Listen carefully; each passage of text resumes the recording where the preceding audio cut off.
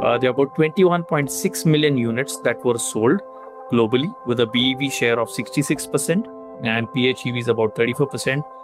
It recorded about 18% year-on-year growth. The global EV penetration increased from 21% in 2024 and returned to close to 25% in 2025.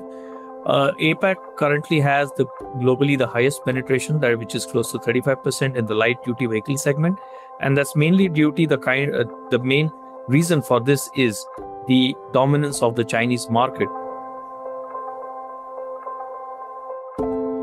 From 2026 onwards, what we are seeing is the expansion, or it is going beyond premium vehicle segments. And by 2032, we would almost see a 55 and 45% scenario where 800, most of the vehicles would move on to the 800 volt architecture. In terms of weight, again, if we look at 800 volt architecture, it's going to be lower, at least 10 to 15% lighter in the 400 volt architecture. And the charging ecosystem, again, 800 volt is gaining traction where we see 350 kilowatt and above being adopted.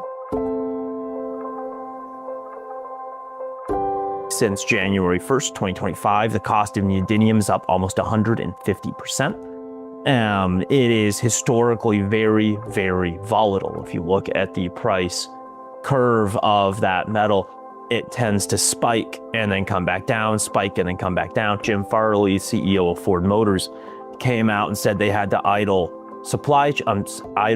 factory lines because they couldn't source magnets for their electric vehicle lines. Now, this isn't just a supply chain problem, but it's also a cost problem. What this means for OEMs, suppliers, or anyone working within the broader automotive industry is that you have a highly volatile supply chain that is very, very difficult to predict. And of course, that just adds complexity and cost into your processes.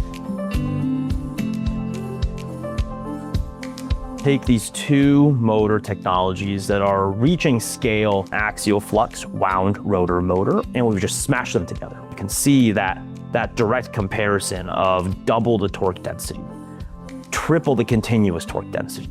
We're at roughly half the cost of a traditional motor. From an active material components perspective, we're able to offer that performance while using no magnet. This is very important for things like software-defined vehicles, where you really want to have as much control over your vehicle's drive components as you can.